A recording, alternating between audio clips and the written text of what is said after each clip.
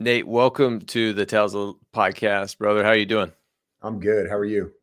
Dude, I can't complain. Another day of getting to serve my country and do something I absolutely love, which is talk about leadership with someone who is pretty incredible. So it's a great day. That's great. Well, hey, I know I'm not on camera, but please explain the cool stuff in the background real quick if you can. So the propaganda in the back. It's not propaganda. Come Yeah. on. I've had a pretty historic career, I guess, in terms of like just being an infantryman. So starting off really down at the back, I got a 120 mortar round that when I was a mortar platoon leader at Fort Lewis, Washington, that my crew gave me that. The General Douglas MacArthur Leadership Award. I was humbled enough to win that. That was absolutely incredible in 2018. And right above that, I got my Tomahawk from my second company command. I'm currently serving in the Spartan Helmet Organization. So, PM Special Projects, it's a rapid acquisition force within SOCOM. And then my last unit gave me that badass Panda that you see Yeah. with all the stuff that I absolutely love when I worked in small UAS. So I've kind of meshed everything together with the current books that I'm reading all the way through my infantry blue cord and a little Batman boomerang that you see that takes the background up. Yeah. I thought for a second it was a Viking Lego, your panda back Uh, yeah. there. That's pretty sweet, though. And also, my other question was the mortar round sitting atop the Steelers flag. Oh yeah. Is that because you're I've blowing up the Steelers or you're a Steelers fan? Oh, I'm a Steelers fan, so I grew up in rural West Virginia, and we don't really have a team per se. So I went with geographic location. What is the closest team to where I live? And I've always been a Steelers fan. That's awesome. Cool, man. I Um, love it, dude. I wish if I had something cool like that, we'd figure it out. I don't even have the lights on in here, you know. It's a dreary day in Austin, Texas. dude, well, you're a busy man, dude. So I fully understand. But I would love to start with just take the time real quick to introduce yourself to the listeners. Who is Nate Boyer, even though you really don't need an introduction? Well, I joined the military. Actually signed up in 04, didn't ship off to basic to early 05. Had an 18 X-ray contract, which Mm, meant, for those that don't know, I was basically I hadn't served before, and I had a special forces contract that if I got through basic and finished airborne school and went through and completed a prep course, like a selection prep course, I could go to special yeah. forces selection after that. And I was 23 when I signed up, 24 when I shipped, and the first 5 years after high school, in some ways, I'd felt like I'd wasted because I didn't really do anything particularly interesting, or I didn't really accomplish much of anything. I growing up, I love sports. Uh, Football is my favorite sport. Grew up in the Bay Area, so I was a big Niner fan. Mm, Fortunate to have the Super Bowl dynasty in the really in the 80s and 90s. So kind of the next dynasty after the Steelers dynasty, really. yeah. And so, it was always my favorite sport, but I never played it. I played a bunch of other sports and really focused on that, and also kind of dreaming and procrastinating and not a lot of doing and working towards these dreams. So not until I eventually did join the military uh, did I learn how to, apply that passion and actually take the steps necessary to at least try to make those dreams come true. It doesn't always work out, but uh, I think the hardest part just in life generally is like showing up and then taking the first step at whatever that thing is, because Yeah. we're afraid of what other people are going to think, or it's the failure thing or the embarrassment and the pride. We've got all that stuff that's clouding our decisions. And I still have that stuff that I recognize today and still there, but not until the time in the military, did that really change for me. So that was, I mean, that was a big shift in my life. Earlier that year, I did some relief work over in the Darfur, which is a region Mm, in Africa, and I went on that trip because for those 5 years after high school, I just was down on myself and kind of heading down a not so great path. And I did some interesting things and some cool and some valuable things at that during that time, but it wasn't really amounting to much of anything. So uh, after that trip, I sort of made the decision to join. And once I joined, I mean, as you know, it's a complete life changer. I've never had a child. yeah. It's somewhat similar to that in a way where it just uh, pivots, your entire universe. Dude, I've only known a handful of 18 X-rays, that have actually made it through, and so first of all, just kudos to you because I know the pipeline for a brand new soldier that's coming in that gets assigned to, a special forces unit. That's such a high level of competency. So some of the dudes that I have the honor and a privilege to work with now, like the average ranks like E6, E7. Mostly, and the institutional knowledge that they've been able to gain up to that point is incredible, like multiple deployments, all of that stuff, and you Right. being able to come in like right away and just go straight into that 18 X-ray, given that prep course is just incredible. And but I would love to know like what drove you to going to that 18 X-ray path when you could have chose, being 11 out Bravo or any other MOS. Um, you're saying what gave me the The belief, drive to the drive? well, no, the drive to kinda choose that specific MOS. Yeah. So it really was that trip. I mean, Mm, when I was over there, it was only for a couple of months.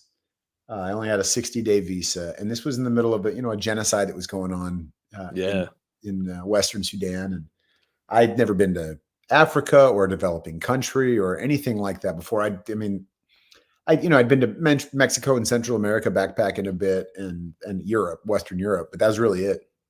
Which are interesting places and not without their challenges, but this was very different.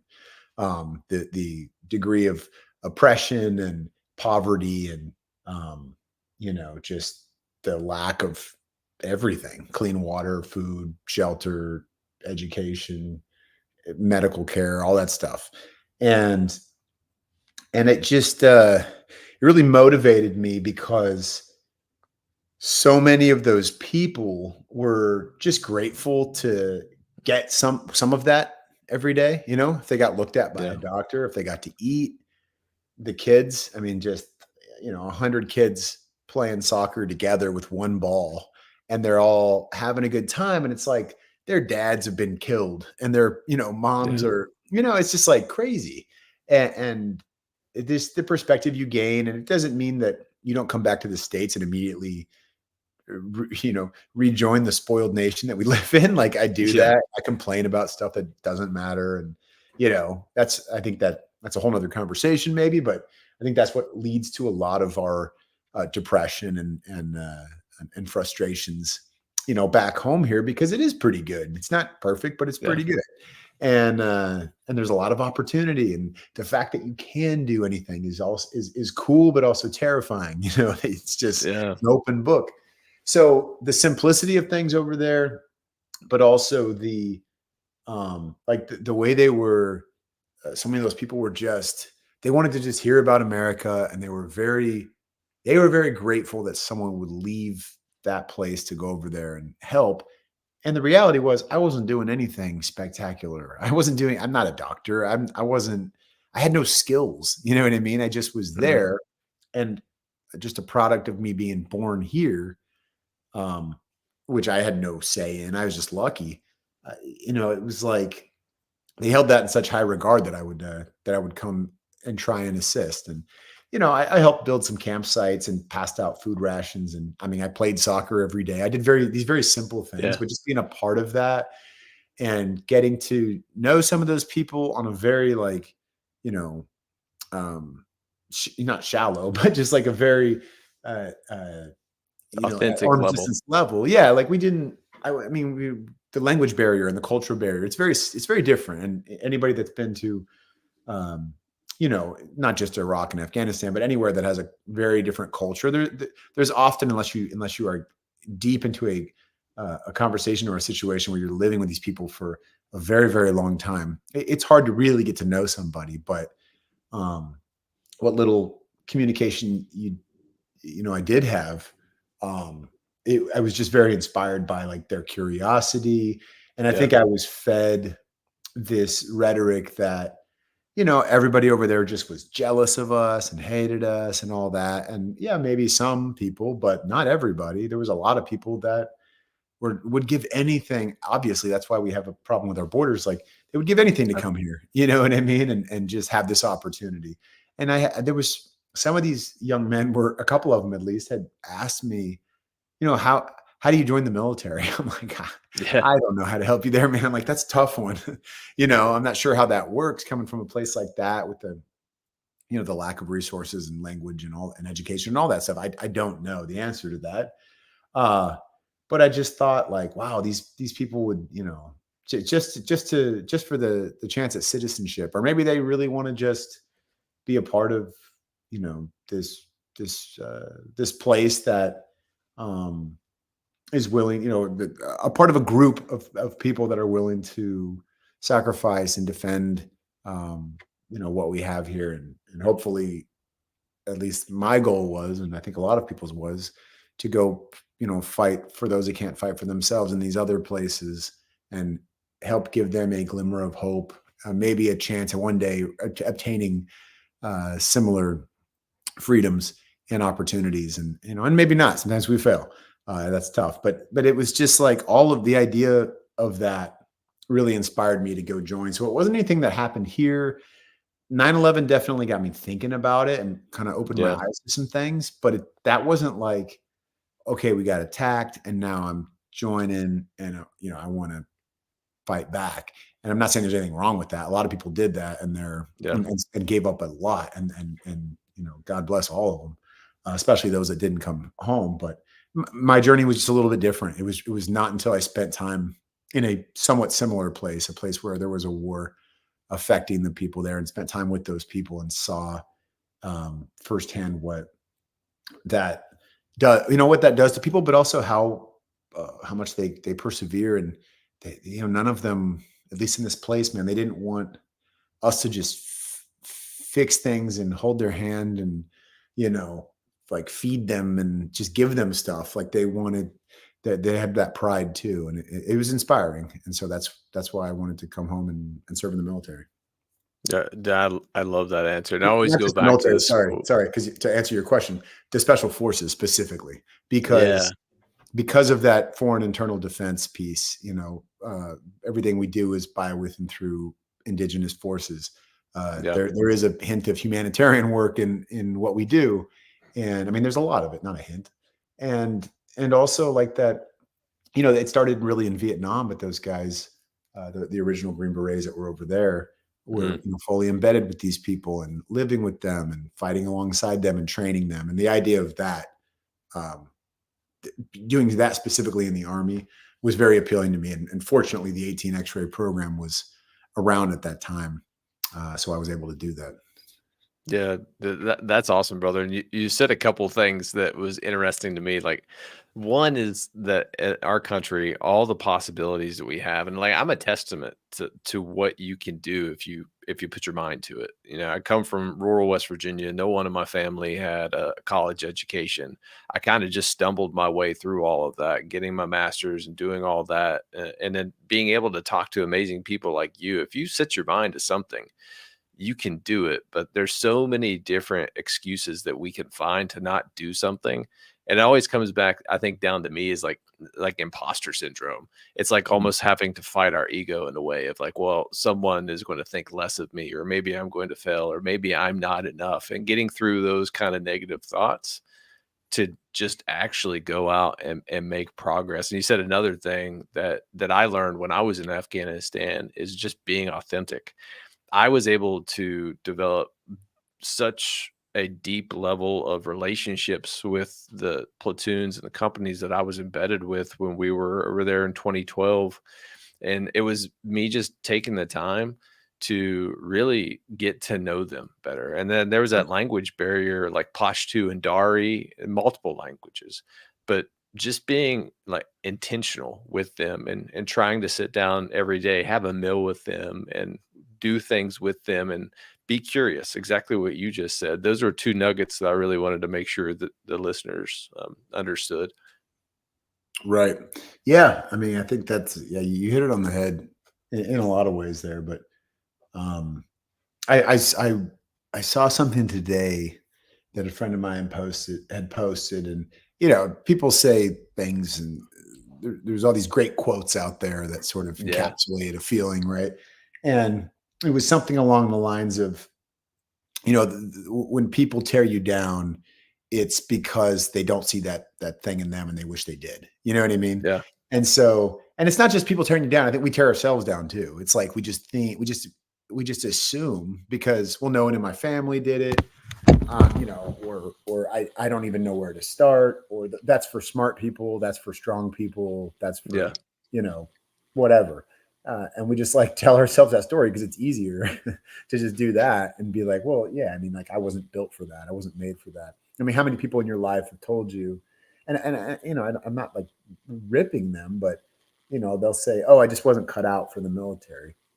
Oh, Or there's so many people. I Yeah. wanted to do it, but I wasn't cut out for it. I was like, no, that's BS, man. Like, Yeah. trust me, there's plenty of people that joined, myself included, they were not cut out for it. Like we were not created to just do this. We ended up choosing to do it, and and there's a lot of people that were far more capable than me that would have wanted to and didn't because they just thought they shouldn't or they couldn't. I mean, we put so many limitations on ourselves that just aren't real. They don't Yeah. actually exist because of societal pressures or peer pressures or whatever it is. These assumptions, and I don't know what that's called, but we all have that voice in our head, that just tells us those things, and um, maybe it is part of the ego, like you alluded to either earlier, and just like a very negative part of it that just is built to humiliate you in some way. Yeah. I don't know, but it's wild to think about because like if I hadn't have for whatever reason taken that trip and done that, done those 2 months over there, and which led me to the military, which led me to all these other things. Like Yeah. who knows how long I would have just continued to spiral and spin my wheels and just hate on myself. Not, and once again, I'm not saying like I don't still struggle with negative self talk and all these things, but I recognize it and I think Yeah. I know how to navigate it better.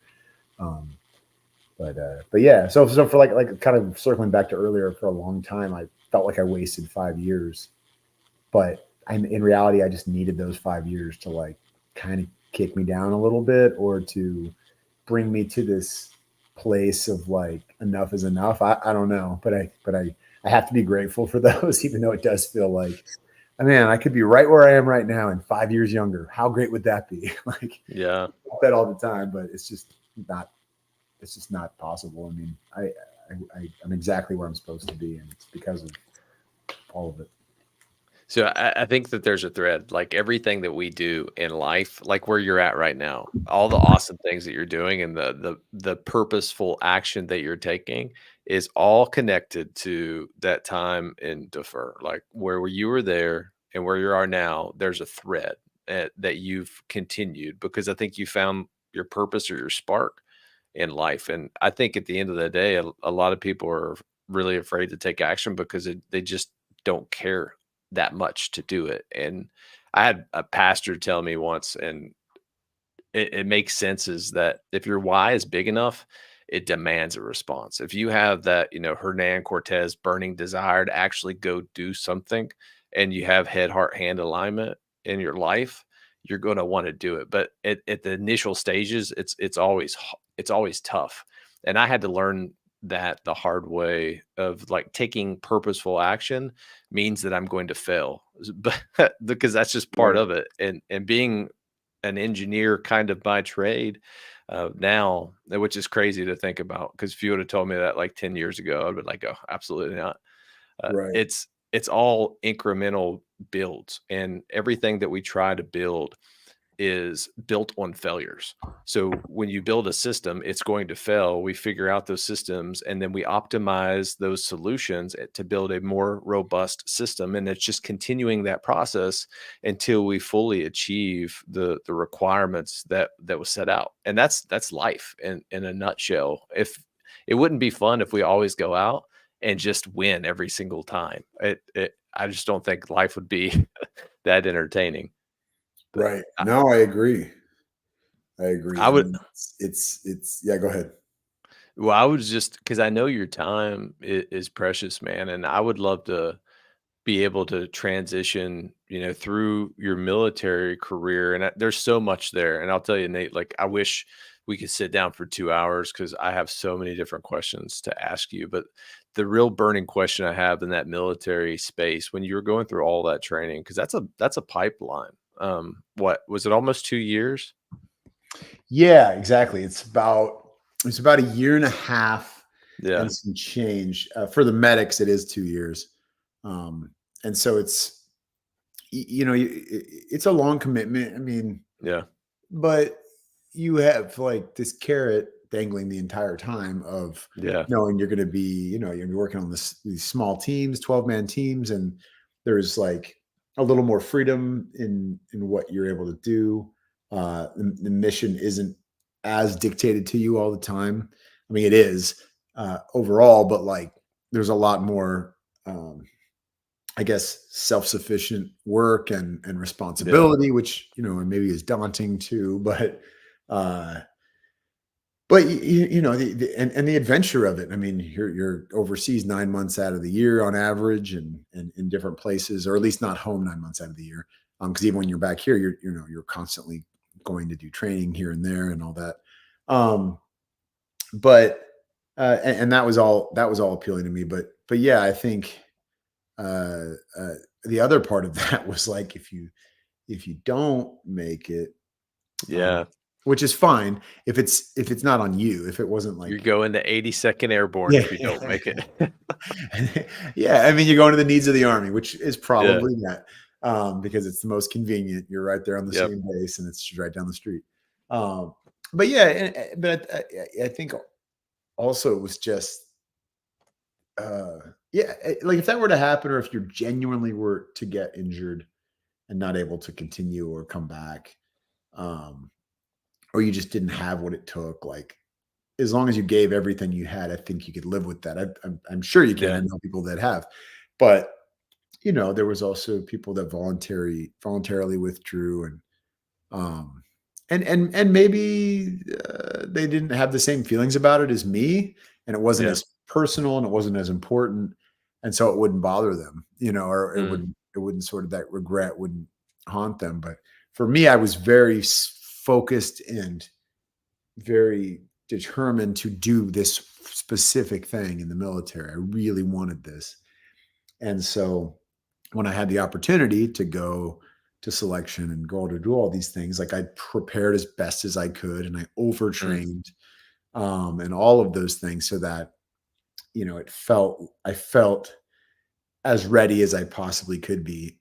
Also knowing there's going to be things I don't foresee and expect and all that. But um, on the mental side of it, just toughening myself up in that way, and you know, going the extra mile every day, and doing crazy things like a mile of lunges. I did a mile of lunges with my body armor on once, and it was terrible, and it was like one of the hardest things I ever did. And but anybody could do that. You just have to keep going. It sucks, mm, you know, and it's not, and it might take a very, very long time, but like you can do that. You can do it. You just have to keep going, keep taking steps, and understand that as painful as it is, like your body's going to be okay. Like you can just keep going. And then once you finish that, you start to feel this overwhelming sense of um like I can do anything. yeah, Maybe, or maybe anyway. And I just have to go for it. And then yeah, it just sort of becomes contagious and multiplies. And And that's how I got through. That's how I think all of us got through that training, was just pushing ourselves in preparation, and then also once we were out there and pushing one another, um, and yeah, just not giving any reason. That's the same way I made the football team later in life, in college, was just give them zero reason to cut me, aside from my performance, which, or I guess performance isn't the right word, ability, which may be limited Yeah. in some way. But for anything I can control, I can't control uh, how high I can jump, even when I train for it. Like, there's going to be a limit to that or whatever, but Mm. or how fast I can run a 40, or how fast I can run 10 miles with a rucksack on, or whatever. There's going to be limits to that, but uh, anything I can control, just go all out in that regard, and hopefully they won't find a reason to let me go.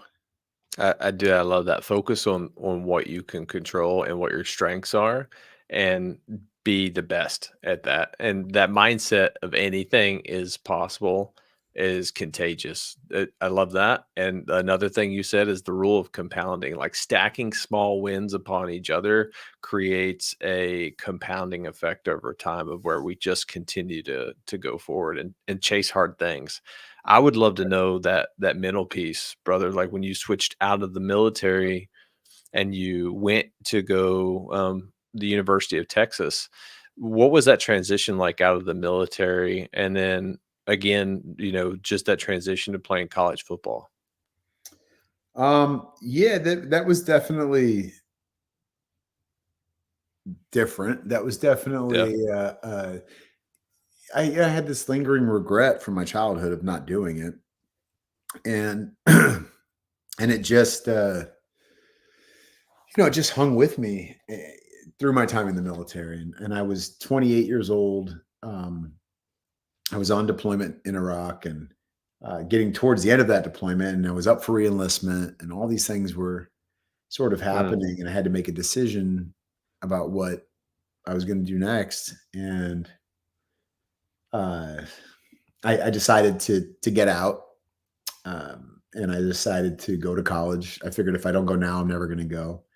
yeah. And then I just was like, wherever I'm going to go, I'm going to try out for the football team. I was encouraged by a good friend of mine who was deployed with me at the time, Brad Keys, who unfortunately passed away in 2012. But Brad Mm, was, my best friend in the military, and definitely an inspiration to a lot of people, and a great, a leader, and just a solid battle buddy, like up and down, like the kind of guy that you always could rely on. He's always stepping out of his lane to help other people and kind of pick them up. And we all know those people in our lives, military or not. Like yeah. we all have those people that we just, who you're going to call when something's going down.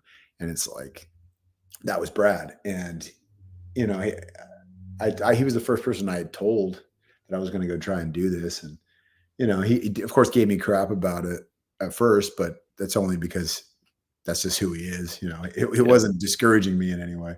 Um, and then I was thinking of going to a small school, and Brad was like, "No, you got to go to a big school if you do this, because I know who you are, and it's going to bother you. You can't hold back here."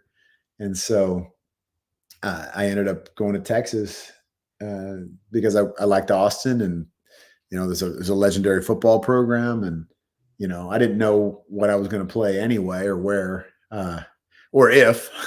So I figured I'd go somewhere that I enjoyed the area, and a good school, and it's a good opportunity for me. And Texas just made a lot of sense, even though I didn't have any family or background there really, or history. I had an aunt and uncle and some cousins that lived in Dallas, but I think I visited them one time, and I didn't know anybody in Austin. And yeah, it was a totally new experience, but I was excited for that. I mean, so was the military, so was going to the Yeah. Dark Tour, and so this was just a new chapter and just a fresh page, and something that I was excited about and passionate about. So I just, I just went, I just went for it, and I started training in Iraq. I started trying to learn how to run routes and backpedal and all that fun stuff. to see if I could figure out, you know, at least some of that before prepare myself as much as possible. And then, yeah, I got to Austin and ended up making the team and was on the scout team for that first year. And so, wasn't playing, but identified a thankless job in long snapping and simultaneously had re-enlisted into the Texas National Guard into 19 The Special Forces. 19th Special Forces. Exactly. So Yeah. I did that for the last, for 4 years out here in Wow. Texas. And then, yeah, my sophomore year, I earned the starting job and, went back overseas a couple of times to Afghanistan and we practiced long snapping over there any free time I had. And then, do what we got to do.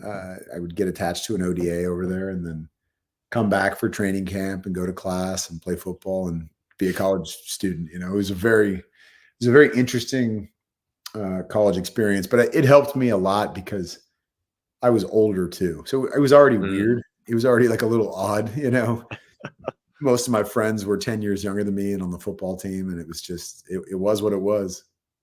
But, I made the best of it for sure. What were some of the common leadership lessons that you discovered from the military that transferred to being like a top athlete, especially at like the University of Texas? I think, train like you fight, and also make whatever training you're doing, try to make it more difficult than what you'll experience on the field, whatever field that is. Those little things you learn when we're taught to shoot a pistol, from aim small, miss small, to slow as Yep. smooth, smooth as fast, and being patient with yourself through the process, which is hard. We want to Yeah. once we learn how to pull the pistol out of our holster, and we think we got the hang of it, then all of a sudden we're trying to do it too fast and it affects everything else. All those things applied to learning the long snap of football and all of that. So I just, giving yourself that grace is important. As far from a leadership standpoint, like the people that I always wanted to follow are the ones that would not only decide and delegate, but they wouldn't disappear afterwards. They would be, on the ground mopping up whatever you got to mop up as a Yeah. group and doing it with the smallest toothbrush. And so those are the kind of people that I wanted to follow. And yeah, and ones that always had perspective. Mac Brown, our coach at Texas, was really good about that. And he's one of the reasons I decided to go to Texas, because he had gone on a USO tour the year before I was in Iraq. And, I'd heard stories of him making the helicopter, wait as he's shaking every hand because he's not going to miss anybody. And, I love it. it's like that kind of stuff. And he remembers everybody's name and he remembers everybody's mom's name and everybody's brother's name. And he just, he had a famous saying. I wasn't on the team when they won the national championship, but he has this famous speech he gave in the locker room. And, everybody's celebrating, of course. And he just said, look, don't let this be the most important thing that ever happens to you. Don't let this be the highlight of your life. This is amazing. Enjoy it. I'm not saying don't enjoy it, but like, don't rest on this laurel, basically. And it was just like, I loved hearing that. It was so cool because it's like you're on top of the world in that moment. But Yeah. also having that perspective of like, this is great. But if you're going to be that guy for the rest of your life that just says, expects people to, or expects the world to just, be your oyster now because you've got this trophy, then you're wrong. And it's not going to help you be a good anything other than what you just accomplished. Like, unless you, apply what you applied to get there. And not just, well, I got this. So, because a lot of veterans struggle with that, and I do too sometimes, but like veteran entitlement's a real thing. And 100%. people think we often think we just, we're just owed something and we deserve it. And maybe we should get a second look uh, or an interview that's or maybe not should is not the right word, but maybe we will get a second look or an interview that someone else might not get because of that. And that's great. Yeah. But at the end of the day, like you still have to execute, and you still should be the Yep. right person. I think no matter what, you should always hire the person that is more equipped to do the job. Yep. Period. So I think that's spot on. Is like you pick the person based on their competency and if they're qualified for the position, and that's it. So transitioning from college, and I know we're almost up one time. You went to the NFL, right? And you played for the Seahawks. You played for them the same time that I was stationed at Fort Lewis or Joint Base Lewis McChord from 2011 to 2014. I was there, so that's awesome. And when I was going through and like looking through your history, I was like, oh wow, he played for the Seahawks when I was there. Unfortunately I didn't get a chance to go to any games, but that was like my team when we were out there. I just kind of embraced them for the short period of time because everyone on my team loved them. They were doing awesome. So don't tell the Steelers, right? But I watched them during that time. that's awesome.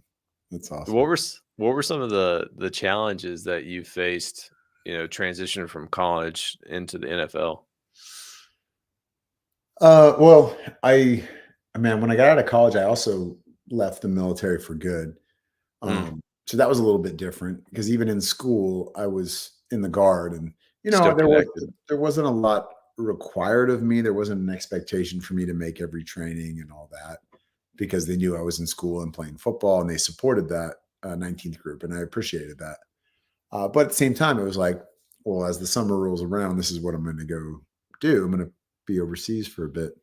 Um, and then, yeah, when I got out of the military in the spring completely, finished the football season in the fall. Or sorry, I finished football season in the fall 14. I got out the next spring of 15. And then I signed as a free agent in on May 2nd, 2015. So it was just Wow. couple of months after I left the military for good. And yeah, it was like I think every day just expecting to get cut was a little bit different, just waiting for Yeah. that moment. And um, eventually it did happen, but luckily I spent several months there and got to play in a game and all that stuff, which was really cool. But yeah, the I think the experience of uh, sort of being unsure about what was next was different. Uh, I just didn't really think about it while I was in school and doing the military Mm, thing. I never really had much anxiety about it, and now I was kind of thinking about that. And I had some other passions and interests, but I think the idea of starting all over again and now being in my mid 30s yeah. was sort of scary, sort of like Yeah. or not even scary, just like exhausting the thought of it. Because I know how I am and who I am, and whatever I do, I'm gonna go like all in on it. And Yeah. it's like it's tiring. And it's not super conducive to relationships. And I don't just mean romantic, like friendships. Like um I know that's always kind of been a weird thing to me. I've had a series of friends over the years from very different subgroups, and there's a few that I keep in touch with over the years, but not really closely with, and that's kind of odd, Yeah. and can be very lonely.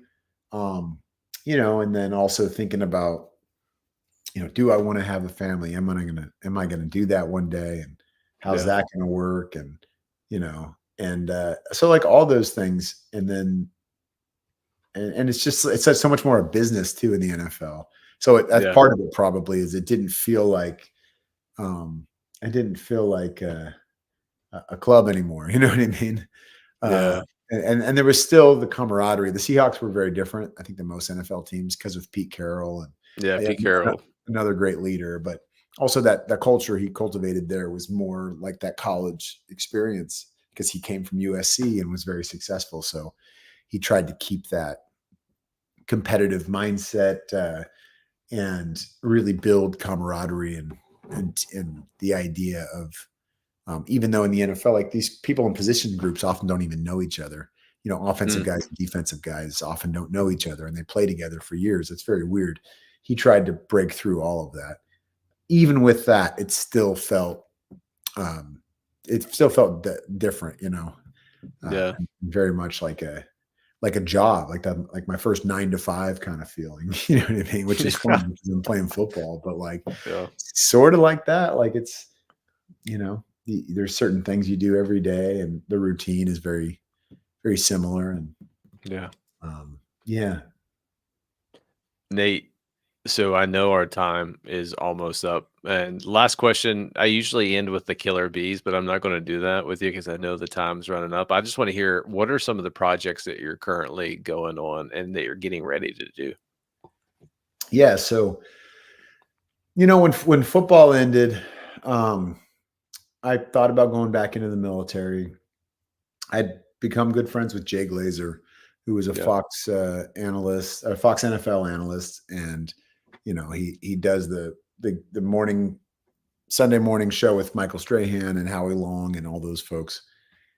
And you know, he sort of convinced me to start this organization with him, a charity that would bring together vets and athletes and help them, you know, with the purpose, or sorry, help them find purpose again and Mm, with the transition. And so we started MVP.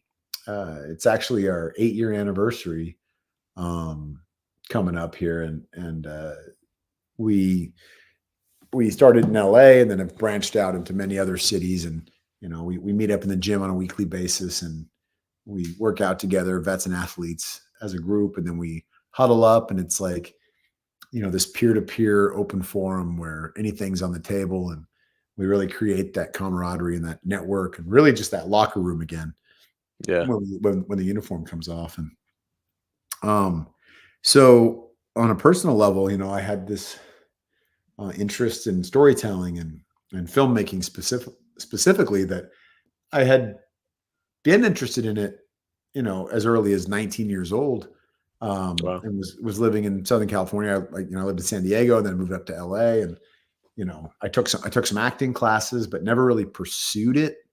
Mm, Uh, Probably because of the fear thing, like we were talking about. And when I say yeah. never pursued it, like never took it seriously and put the time in. Like, in, you know, one of those things where you don't really want to call yourself a. People are like, "What do you do?" And you're like, "Oh, I'm a wannabe filmmaker." You know, we don't even say Yeah. that. It's just like, "Oh, you know, I freaking wait tables or whatever." And but now it's like, now that I knew how to to make a plan and work towards it, and kind of, you know, put yourself, wasn't afraid to put myself out there. I started that again. I still had a little bit of GI Bill left because Mm, I was put on scholarship at Texas, so I saved about a year of my GI Bill, that's and awesome. I took some more classes and started acting, getting some acting gigs, and then um, co-created a few projects and was doing some hosting. And then um, in 2020 during COVID, I directed my first movie, which is called MVP, and Mm, it's about our organization. And you can watch that on Showtime and Amazon Prime and Apple TV and a lot of places. But it really focuses on that journey of, you know, in our story, it's a Marine who was living in a homeless shelter and a former wow. NFL player, first year out of the league, and they meet each other and they're going through the same struggles and they kind of help each other through it. So it's like, it's very much a story of MVP and about how we started. You know, it's based on a true story with real people. And, you know, Michael Strahan and Howie Long have a cameo in it. And so does Jay, and so does Randy Couture. And, you know, Tom Arnold's in it. And then all the vets portrayed on screen are played by vets. And it was mostly vets behind the camera as well. So it was a really cool project. So did that, and and then I hosted a Discovery Channel series this last year called Survive the Raft. And yeah, I'm gearing up to do more and make more, tell more stories. And um, yeah, God, I'm down for whatever. I'll just say that. Like, I'm always open to hearing ideas, and it's helpful when people come to you and they've already written something, Yeah. or they know somebody that has. But yeah, I mean, this is what I love to do, and feels like I'm on a team again when I'm out there shooting something. I just got done shooting a movie up in Ohio, and I didn't know 90% of the people when I got there, and by the end of the shoot, it's like they're your best friends. Yeah, So exactly. I get it. Nate, dude, this has been awesome, man. I really wish we would have had the opportunity to go deeper because I have so many questions for you. But thank you for your time and thank you for everything you continue to do with that mindset. Anything is possible, brother. You're an inspiring leader, and I love to watch what you're doing. Thank you, my man. I appreciate you having me, and um, yeah, keep going. That's all I can say. Whatever it is, Yeah, whatever it is you want to do out there, people that are listening, just we're all dying, and at the end of the day, it's gonna. I guarantee it's gonna drive you nuts if you're laying on that deathbed one day and you just didn't try, and you wish you would have. That's gonna probably uh, probably haunt you more than anything else. I love it, brother. Hey, have a great night, Nate. Thank you again. You too. Thanks.